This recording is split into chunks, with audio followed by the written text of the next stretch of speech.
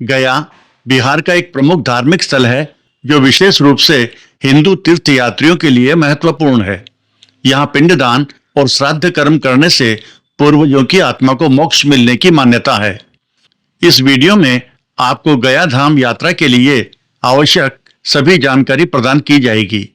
मसलन गया कैसे पहुंचे, गया में रात्रि विश्राम कहाँ करें, प्रमुख होटल एवं धर्मशाला, गया में भोजन कहाँ करें, स्थानीय परिवहन साधन, गया में श्राद्ध तर्पण कैसे कराएं, प्रमुख दर्शनीय स्थल कौन कौन से हैं, 2 दिन की यात्रा पर लगभग कितना खर्चा आएगा तथा गया जाने का सबसे अच्छा समय कौन सा है।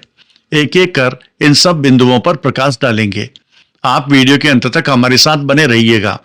वीडियो को लाइक और शेयर करें तथा चैनल को सब्सक्राइब अवश्य कर लें। धन्यवाद। तो चलिए शुरू करते हैं। गया कैसे पहुंचे। हवाई मार्ग। गया का अपना अंतर्राष्ट्रीय हवाई अड्डा है। यह भारत के प्रमुख शहरों और कुछ विदेशी शहरों जैसे कोलंबो, सिंगापुर, यांगून से जुड़ा हुआ है। पटना हवाई अड्डा भी एक विकल्प है जहां से आप टैक्सी या बस से गया जा सकते हैं। रेल मार्ग। गया जंक्शन पूर्व मध्य रेलवे का एक महत्वपूर्ण स्टेशन है। ये नई दिल्ली, कोलकाता, मुंबई, चेन्नई और अन्य बड़े शहरों से सीधी रेल सेवा द्वारा जुड़ा हुआ है। महाबोधि एक्सप्रेस जैसी कई ट्रेनें गया के लिए चलती है। सड़क मार्ग। ग्रैंड ट्रंक रोड NH-19 गया से होकर गुजरती है, जो इसे भारत के प्रमुख शहरों जैसे रांची, जमशेदपुर, कोलकाता, वाराणसी और दिल्ली से जोड़ती है। आप बस या टैक्सी से भी यहां पहुंच सकते हैं। गया में कहां ठहरें। गया में रुकने के लिए कई विकल्प है जो आपके बजट के अनुसार उपलब्ध है। धर्मशालाएं। पिंडदान करने वाले तीर्थयात्रियों के लिए धर्मशालाएं सबसे लोकप्रिय और किफायती विकल्प है।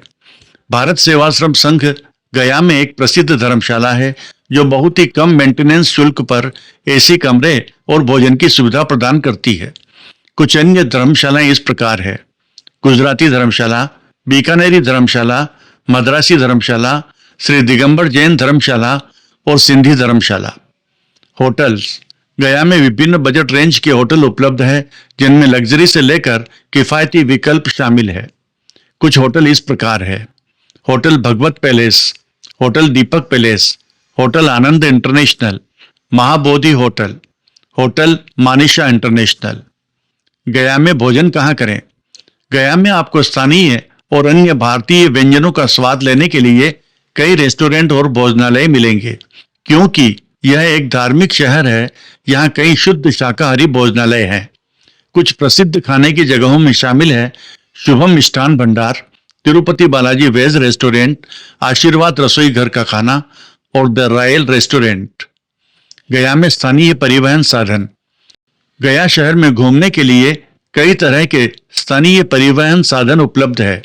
ऑटो रिक्शा और ई रिक्शा शहर में घूमने के लिए सबसे आम और सुविधाजनक साधन है।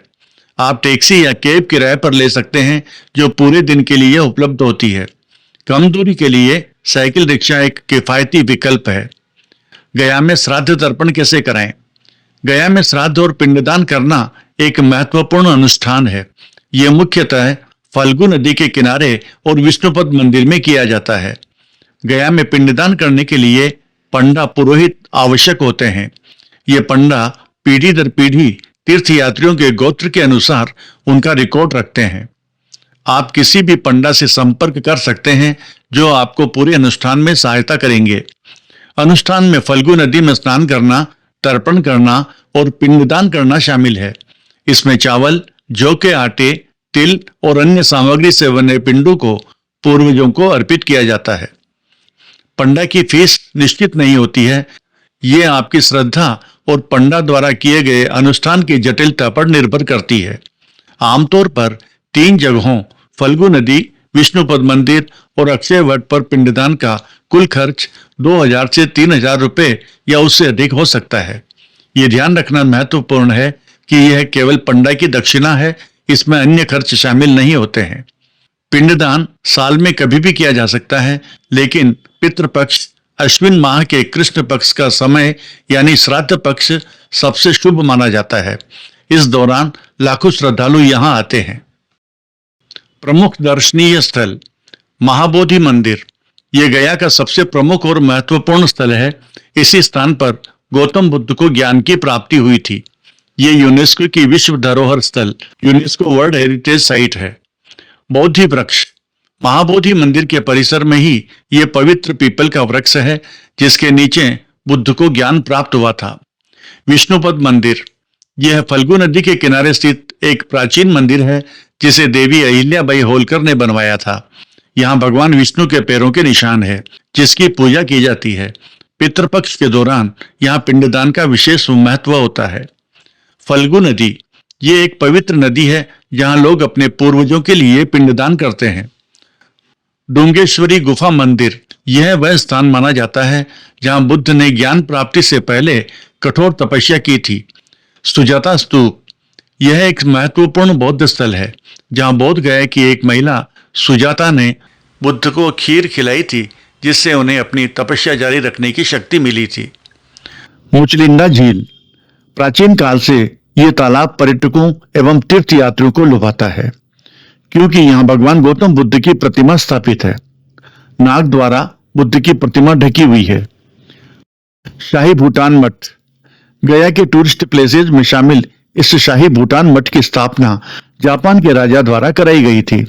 माता मंगला गौरी मंदिर, माता मंगला गौरी का मंदिर बोध गया का सबसे ज्यादा प्राचीन मंदिर है क्योंकि माता सती का शरीर अंग यहाँ गिरा था। इसको 18वें शक्तिपीठ के रूप में जाना जाता है। यहाँ सभी भक्तों की मनोकामना पूरी होती है। वटथाई का मठ, गया में स्थित वटथाई मठ बहुत ज्यादा फेमस स्थान है। ये थाईलैंड की वास्तुकला पर आधारित है। इसे देखने के लिए विदेशी भक्त भी बहुत आते हैं। 2 दिन की गया यात्रा का कुल खर्चा, 2 दिन की गया यात्रा का अनुमानित खर्चा व्यक्ति की यात्रा शैली पर निर्भर करता है। अगर आप धर्मशाला में रुकते हैं तो 2 रात का रहने का खर्च करीब 200 से 500 रुपए पर नाइट हो सकता है। किफायती होटल्स 800 से 1500 रुपए पर नाइट, मध्यम श्रेणी के होटल्स 2000 रुपए और उससे अधिक पर नाइट। भोजन 2 दिन, साधारण भोजन 500 से 800 रुपए प्रतिदिन, रेस्टोरेंट में भोजन 1000 रुपए और उससे अधिक प्रतिदिन। पिंडदान और पूजा 2000 से 5000 रुपए, पंडा शुल्क और पूजन सामग्री सहित यह आपकी श्रद्धा पर निर्भर करता है। स्थानीय परिवहन 500 रुपए से 1000 रुपए, ऑटो टैक्सी का उपयोग। कुल अनुमानित खर्चा 2 व्यक्तियों के लिए बजट यात्रा धर्मशाला में रहना 6000 से 10,000 रुपए, मध्यम श्रेणी की यात्रा होटल में रहना 10,000 से 15,000 रुपए। ये खर्चा केवल गया शहर में रहने, खाने, घूमने और पिंडदान का है। इसमें आपकी यात्रा आने जाने का किराया का खर्चा शामिल नहीं है जो आपके शुरुआती स्थान पर निर्भर करेगा। गया जाने का सबसे अच्छा समय, गया की यात्रा के लिए सबसे अच्छा समय अक्टूबर से मार्च तक है। इस दौरान मौसम सुहावना और ठंडा रहता है। पितृपक्ष सितंबर अक्टूबर के दौरान यहाँ भारी भीड़ होती है, इसलिए यदि आप इस समय जा रहे हैं तो पहले से ही अपनी यात्रा की योजना बना लें। गया मुख्य रूप से बौद्ध धर्म और हिंदू धर्म दोनों के लिए एक महत्वपूर्ण तीर्थ स्थल है और यहाँ का दौरा दोनों संस्कृतियों की झलक प्रदान करता है। आपको हमारा ये वीडियो कैसा लगा, कृपया कमेंट्स बॉक्स में कमेंट्स करना नहीं भूलें। वीडियो को लाइक और शेयर करें तथा चैनल को सब्सक्राइब अवश्य कर लें। धन्यवाद।